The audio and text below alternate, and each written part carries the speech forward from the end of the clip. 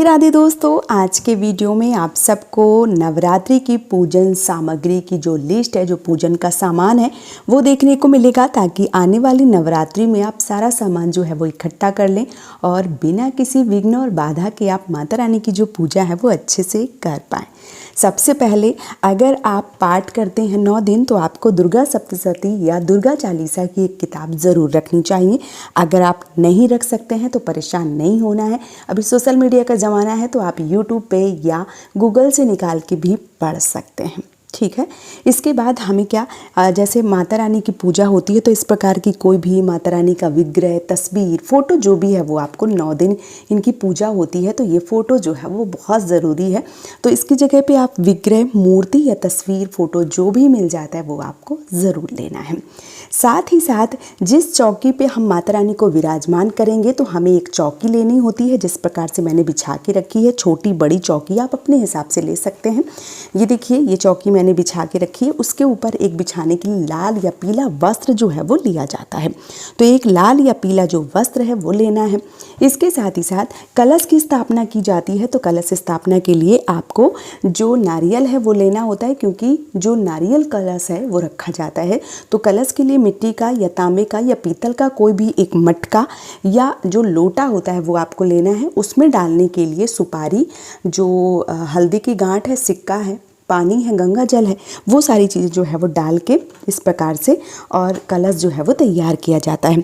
इसके साथ ही साथ पंचपल्लव जो है वो भी डाले जाते हैं, यानी कि 5 आम के पत्ते, अशोक के पत्ते या पान के पत्ते। तो ये यहाँ पे देखिए, मैंने ये पान के पत्ते लिए हुए हैं, ये 5 पत्ते हैं। यहाँ पे मैं अशोक या आम के पत्ते जो है वो नहीं ले रही हूँ। अगर आपको वो मिल जाते हैं तो आप ले सकते हैं, क्योंकि मुझे नहीं मिले हैं तो मैंने पान के पत्ते जो हैं वो ही ले लिए हैं।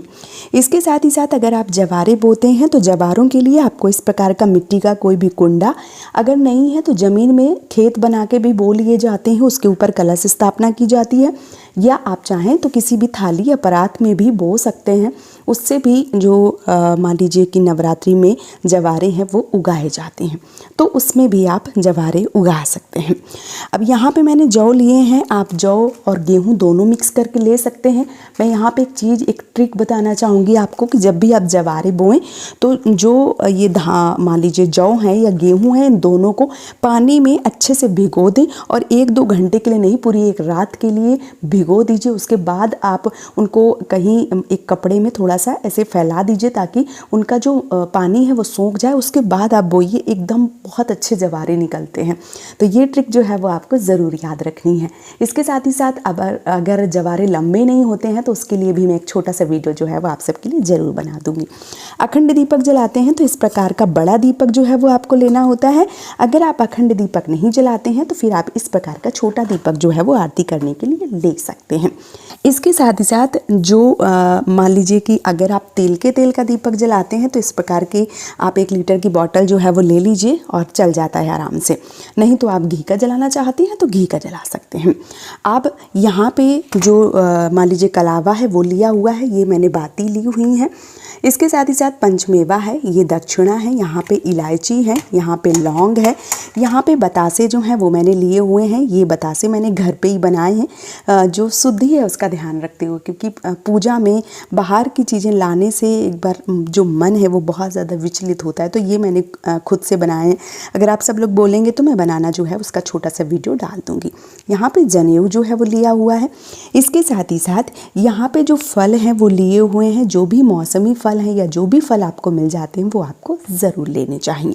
साथ ही साथ यहाँ पे 2 चुनरी की आवश्यकता पड़ती है। एक चुनरी जो है वो जो नारियल है उसमें बांधी जाती है। इसके साथ ही साथ एक चुनरी जो है वो माता रानी को उड़ाई जाती है, तो ये ले लिया है। इसके साथ ही साथ यहाँ पे जो फूल हैं वो रखे हुए हैं। यहाँ पे माता रानी के साथ गणपति जो है वो रखे हुए हैं। ये जो सिंगार है 5, 7, 16 या 11, 21 जितना भी आपसे हो जाता है वो आप चाहें तो पहले दिन चढ़ा सकते हैं, आप चाहें तो आखिरी दिन, जिस दिन नौमी या अष्टमी पूजा होती है उस दिन भी सिंगार श्रृंगार जो है वो चढ़ाया जा सकता है। इसके साथ ही साथ अगर आप बतासा और मेवे का भोग जो है वो लगा रहे हैं तो इसकी आवश्यकता नहीं होती है, लेकिन अगर आप लगाना चाहते हैं तो आप लगा सकते हैं। यहाँ पे मैंने नारियल के जो लड्डू हैं वो खुद से बनाए हुए हैं और ये लड्डू जो है वो मैंने यहाँ पे लिए हुए हैं। इसके साथ ही साथ यहाँ पे गंगा जल है और भोग के साथ जो जल है वो हम चढ़ाते हैं, तो इसके लिए मैंने एक छोटी सी जो लोटा है वो ली हुई है। यहाँ पे मैंने रोली, हल्दी, चावल और जो चंदन है वो लिया हुआ है। इसके साथ ही साथ ये आरती करने के लिए एक दीपक जो है वो लिया हुआ है। इसके साथ ही साथ हवन करने के लिए देखिए यहाँ पे आरती करने के लिए कपूर और धूप बत्ती जो है वो ली हुई है, माचिस ली है। हवन करने के लिए हवन कुंडा जो है वो लिया है। आप मिट्टी का कोई पात्र ले सकते हैं, अगर आपके पास हवन कुंडा है तो वो भी ले सकते हैं। यहाँ पे मैंने उपले जो हैं वो लिए हुए हैं, ईजिली बहुत ही आसानी से मार्केट में मिल जाते हैं पूजा वाली शॉप में, तो मैंने वहाँ से लिए हुए हैं। ये घी है रखा हुआ है हवन करने के लिए और ये हवन सामग्री जो है वो रखी हुई है। तो ये देखिए एक एक करके आप चाहें तो फ़ोटो भी खींच सकते हैं या आप चाहें तो सारी चीज़ें जो है वो नोट कर सकते हैं। पूजा के लिए ये सामान जो है वो लगता है, मैंने संपूर्ण सामान जो है वो दिखा दिया है। तो इस प्रकार से नवरात्रि शुरू होने से पहले सारा सामान जो है वो आप इकट्ठा कर लीजिए और माता रानी की जो पूजा है वो करना शुरू कर दीजिए। बहुत शुभ परिणाम जो है वो इस बार लेके आ रही हैं माता। गज से की सवारी से यानी कि हाथी की सवारी से इस बार पृथ्वी लोक पर आएंगी और 8 दिन के लिए माता रानी जो है वो आने वाली हैं।